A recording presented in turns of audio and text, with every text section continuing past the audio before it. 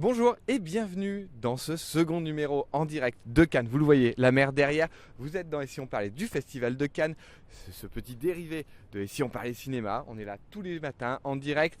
Aujourd'hui un petit peu plus tard que prévu, c'est normal puisque voilà, on est samedi, on s'est dit vous allez vous réveiller tranquillement. Il est à 10h30, quelque chose comme ça.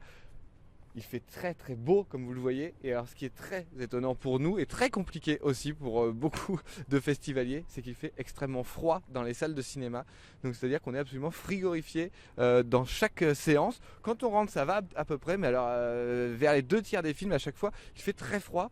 Ça c'est un problème, on le dit aux organisateurs, il faudrait monter un tout petit peu ou juste arrêter la climatisation parce que vraiment on a froid.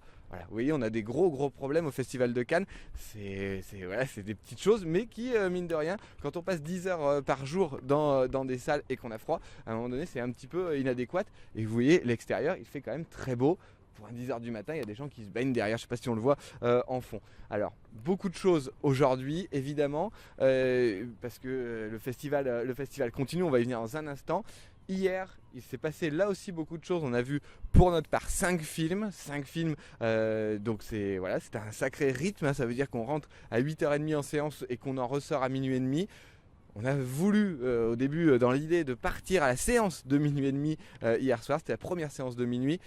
Finalement, on a donné nos places parce que oui, il faut aussi qu'on se repose, hein. On dort à peu près 4 heures par nuit. Là, ça voulait dire qu'on aurait dormi 2 heures. C'était un petit peu compliqué, sachant qu'on a quand même une belle journée qui se présente avec nous. Pourquoi elle se présente ? Tout simplement parce qu'on vient déjà de sortir de ce superbe film Petit Paysan de Hubert Charuel. C'est absolument magnifique, ça on en reparlera très longuement demain, hein. Voilà, c'est chaque jour en son temps, mais en tout cas un film absolument merveilleux. On est quand même à peu près tous sortis conquis de ce Petit Paysan qui est à la semaine de la critique, absolument magnifique. On en reparlera demain et je l'espère très vite dans Et si on parlait cinéma avec le réalisateur, parce que c'est un film qui va vraiment vous plaire, j'en suis absolument certain. Hier matin, le film que j'attendais énormément du réalisateur qui m'intéresse le plus au monde, Philippe Garrel, venait présenter L'amant d'un jour. L'amant d'un jour, eh bien on est dans du Garrel tout craché, j'ai envie de dire, puisque tout s'y retrouve. On retrouve évidemment toutes les scènes de lit, il y a plus d'une quinzaine de séquences qui se passent dans un lit sur une film de 1h17, donc vraiment très resserré, c'est absolument énorme. Et il y a au moins 8 séquences qui se passent sur un canapé ou assis. Voilà, on est vraiment dans du Garrel, on est dans du Garrel avec des couples qui se séparent, des couples qui sont ensemble, des couples où un troisième ou une troisième arrive à travers. Mais alors là, la grande différence dans ce film de Garrel, c'est sans doute son film le plus accessible, sans doute son film aussi qui a le plus de vie. Moi j'ai jamais vu ça chez Garrel avec autant de vie. C'est peut-être aussi tout simplement parce que pour la première fois c'est sa fille qui joue dans ce film là. Alors elle était déjà passée mais là en tout cas elle a le premier rôle, Esther Garrel. Je pense que Louis Garrel, il va falloir régler un petit problème entre frères et sœurs, puisque Louis Garrel a fait des tentatives de suicide ou s'est suicidé dans tous les films de son père. Là Esther Garrel fait une tentative de suicide, quand même on est chez Garrel, mais c'est un film qui est extrêmement joyeux. C'est un film où on prend énormément de plaisir à regarder. Un film effectivement assez classique dans sa mise en scène. Alors attention, quand je dis classique, version Garrel, mais par rapport à tous ces autres films, on est quand même dans un film extrêmement plus classique. Ce qui est très intéressant, c'est que Garrel nous a raconté, vous l'écouterez dans Et si on parlait cinéma samedi prochain. Alors voilà, donc dans une semaine tout pile, on vous fera écouter cet extrait de Philippe Garrel qui explique bien tout simplement que son film fait 1h17 mais qu'il a eu que 3h30 de rush. Donc c'est absolument énorme, c'est-à-dire que il ne jette que la moitié de ce qui tourne. Ça veut dire que Garrel continue de tourner en une prise, voire 2 maximum, si il y a un problème technique. On peut voir les hélicoptères qui passent sans doute derrière nous. Nous en tout cas on les entend bien ici. Alors voilà, ce Garrel absolument merveilleux, son noir et blanc est beau, j'ai envie de dire comme toujours. On est dans cette fin de la trilogie qui avait démarré avec La Jalousie, mais vraiment là ce qu'il nous a donné, ce qu'il nous a proposé, c'est ce que j'ai vu de plus beau de chez Philippe Garrel. C'est un plaisir, il y a eu une joie, il y a énormément d'humour. Voilà, quel beau film. Je suis encore sous le coup de cette émotion de Garrel parce que vraiment c'est le film à voir. Il sort le 31 mai, donc voilà, vous allez pouvoir le voir là dans 15 jours, même pas. Vous allez le voir en salle, donc courez-y vraiment parce que même les personnes qui n'étaient pas habituées à Garrel, là c'est le moment justement de le découvrir. Deuxième film hier matin, 11h30, on rentre dans la séance encore alors pour la semaine de la critique, décidément la semaine de la critique arrive avec des premiers films qui sont vraiment très très forts.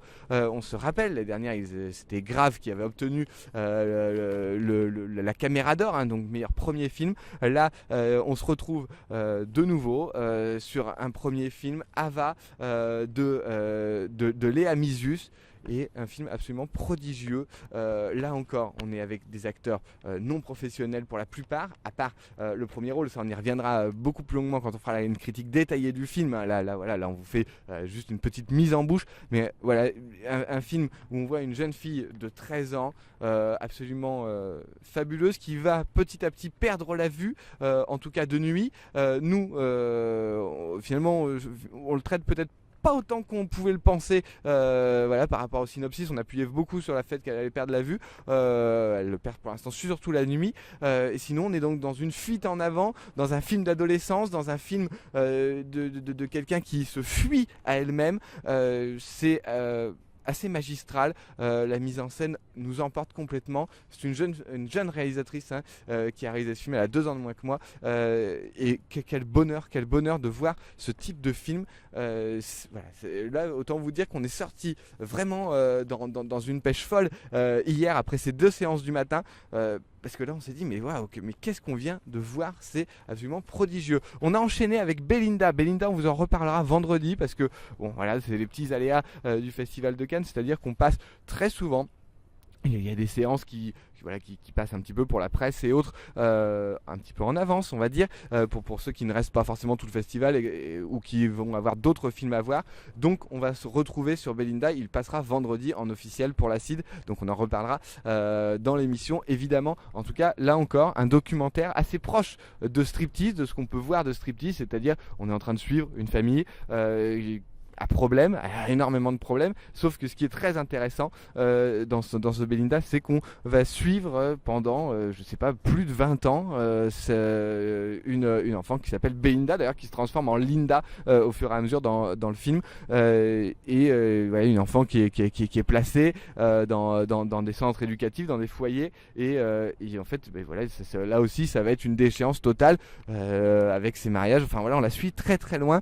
C'est un film parfois très drôle, hein, parce que voilà, ces protagonistes, on est obligé de rire des situations, des fois, ce qui peut aussi des fois gêner, mais aussi on se retrouve avec quand même un constat assez fou de ce qui peut aussi se passer en France, et on a envie, quand on voit ce film, on a vraiment envie de se dire mais qu'est-ce que font les hommes politiques, pourquoi est-ce qu'ils ne regardent pas tous ce film pour comprendre que ça existe aussi aujourd'hui chez nous en France, des personnes que la société a totalement perdu, et ça c'est sans doute un problème. On en parlera peut-être aussi avec la réalisatrice plus tard, on verra ça. On a enchaîné avec un film western. Alors là c'est plus compliqué comme nom, Valeshka Grisebak, un film qui se passe en Bulgarie, où on va suivre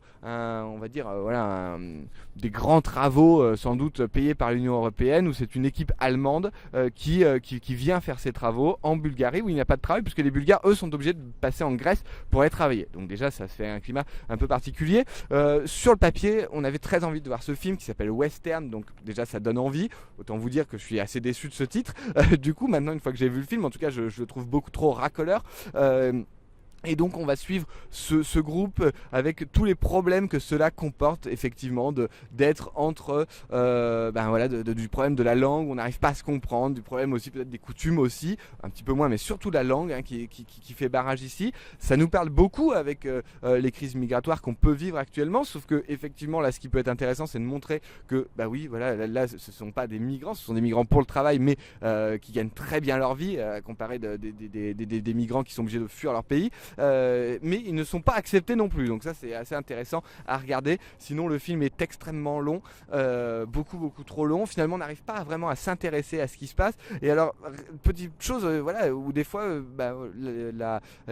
voir les films en langue originale a aussi son problème. Bon, celui-là de toute façon on ne pourra jamais le regarder en français, autant vous le dire, mais là d'un seul coup on se retrouve face à un gros problème pour nous français, c'est-à-dire que l'allemand et finalement la langue parlée, enfin le bulgare, on a beaucoup de mal à les différencier à l'oreille, ce qui fait que voilà, des fois on est un petit peu perdu à ne plus savoir qui est en train de parler, surtout qu'il y a beaucoup de plans où on ne voit pas forcément, et il y a souvent les plans de table, le réalisateur assez intelligemment d'ailleurs ne filme pas forcément le protagoniste et filme plutôt celui auquel, ou en tout cas celui qu'il a envie de voir réagir, donc on est complètement perdu, on ne sait plus du tout qui parle, on ne sait plus si ce sont des Bulgares, si ce sont des Allemands, c'est vraiment assez compliqué à suivre. Bon voilà, on s'est quand même relativement ennuyé, ça c'était à un certain regard.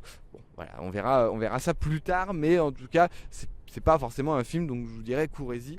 Vraiment trop long, et c'est bien dommage, un film de 2 heures, mais il y a des films de 2 heures qui sont en tout cas beaucoup plus courts en ressenti. Et puis on a terminé avec le film Sans adieu de Christophe Agou, un réalisateur qui a été sélectionné à l'Acide, qui est décédé voilà, avant que ce film sorte, puisque c'était la première projection hier. Un film qui est assez particulier. Nous, ça va nous parler puisque on suit des paysans qui sont dans le forêt. Donc voilà, automatiquement, on peut reconnaître des paysages qui sont quand même assez proches de notre Saône-et-Loire et de notre Loire. Ça, il n'y a pas de souci là-dessus. Bon voilà, alors on est sur ce film qui est un documentaire où on va suivre vraiment des paysans qui sont au bout d'un cycle, c'est-à-dire des paysans qui travaillent encore comme il y a plus de 100 ans, qui n'ont absolument pas bougé. On va en suivre 6. Là aussi on est des fois assez proche de striptease, des fois peut-être que il faudrait presque qu'il y ait une intervention, parce que voilà, des fois même on est presque perdu à ne plus savoir qui est qui. Les mamies se ressemblent assez toutes. En tout cas c'était un film, moi j'ai trouvé vraiment intéressant sur ce constat-là. Oui, ça existe encore là aussi en France. Finalement, vous voyez, 2 documentaires hier, 2 documentaires qui nous ont fait réfléchir à ce qui pouvait se passer en France.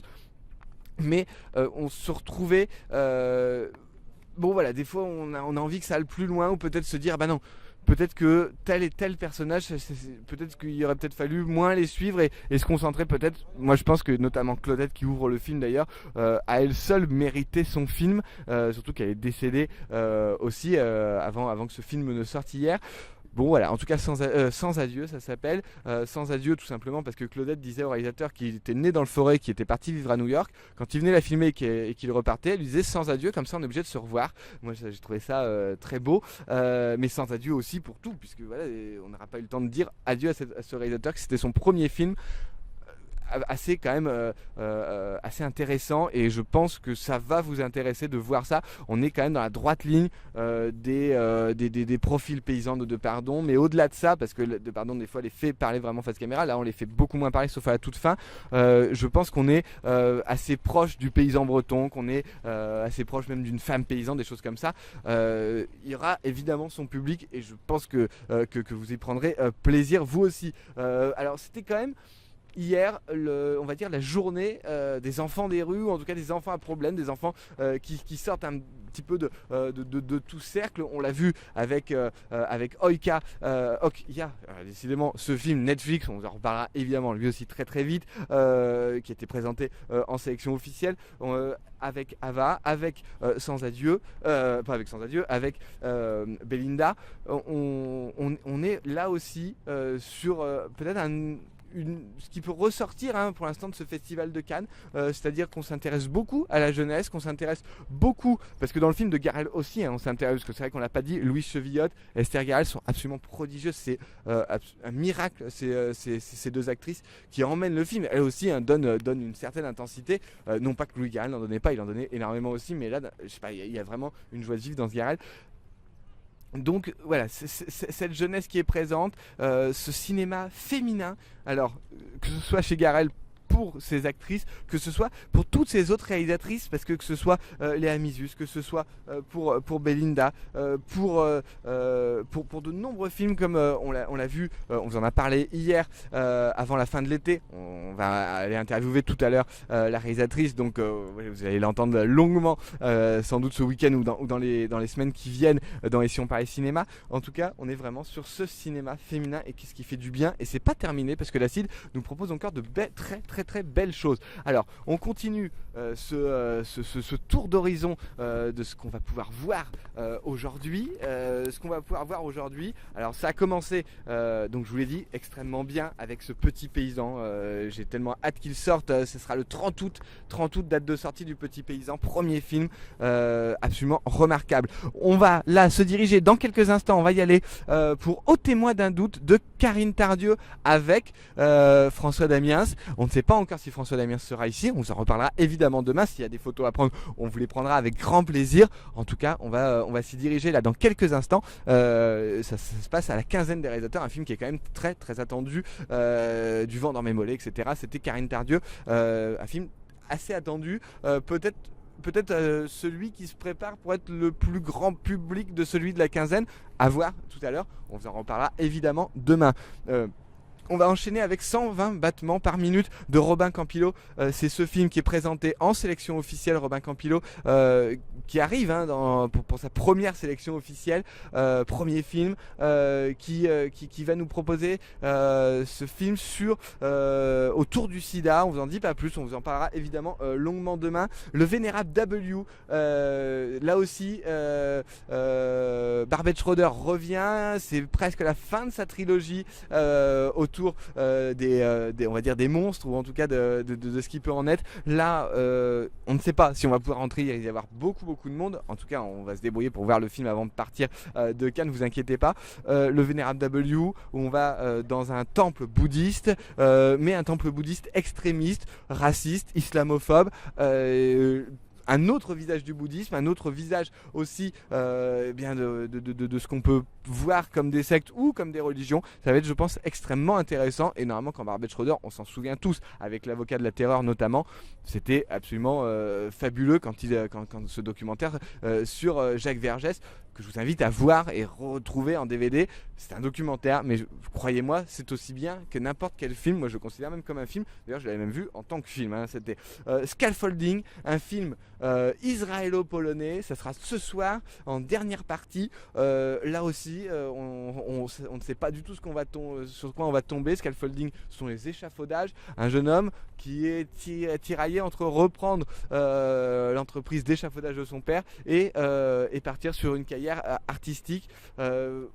C'est l'un des seuls films totalement étrangers au festival, à la sélection de l'Acide. Alors voilà, il y a beaucoup de monde qui passe, vous voyez, les joggers sont très présents à Cannes. Seul film vraiment totalement étranger, il y en aura un deuxième. On vous en reparlera, mais voilà, en tout cas on s'attend vraiment à quelque chose d'intéressant. En tout cas le pitch nous donne, voilà, c'est pas tous les jours qu'on parle d'échafaudage au cinéma. Alors voilà, ce festival est quand même je trouve très très zen. Il n'y a pas d'excitation, il n'y a pas de fureur, il n'y a pas on n'entend pas claquer des sièges. Pour l'instant, c'est assez tranquille. Évidemment, tous les regards se posent pour ce début de semaine, notamment autour du redoutable d'Azanavicius, qui est extrêmement attendu, avec Louis Garrel, on en parlait tout à l'heure, et qui reprend les livres d'Anne Wieniawski, qui raconte son histoire avec Jean-Luc Godard. Louis Garrel joue Jean-Luc Godard. Donc voilà, celui-là peut-être être le premier qui fera claquer des sièges, à part peut-être aussi le Happy End de Werner Herzog, qui peut peut-être d'un seul coup emballer tout le monde. En tout cas, pour l'instant, il y a des films qui plaisent, même beaucoup, mais on entend parmi les critiques, etc., aucun immense coup de cœur. On a des coups de cœur, mais pour l'instant, je trouve je parle vraiment pour la Palme, évidemment, il y a pour l'instant personne qui, à mon goût, emmène la Palme. Donc ça sera la suite de ce festival. Voilà, on va vous quitter, on va vite aller voir Au témoin d'un doute de Karine Tardieu. On se retrouvera évidemment demain matin. Demain matin, on va aller voir le Bruno Dumont. Celui-là, on l'attend énormément. Donc je pense que vous allez nous retrouver sur une file d'attente sans doute, ou peut-être avec un petit peu de plage derrière, à voir comment ça va se passer. Merci de nous avoir suivis. On vous enverra des photos sur la page Facebook. Continuez à nous suivre, vous êtes de plus en plus nombreux. Vous avez été plus de 1700 à regarder la vidéo hier, donc merci beaucoup. Continuez comme ça. À demain dans Et si on parlait cinéma au Festival de Cannes.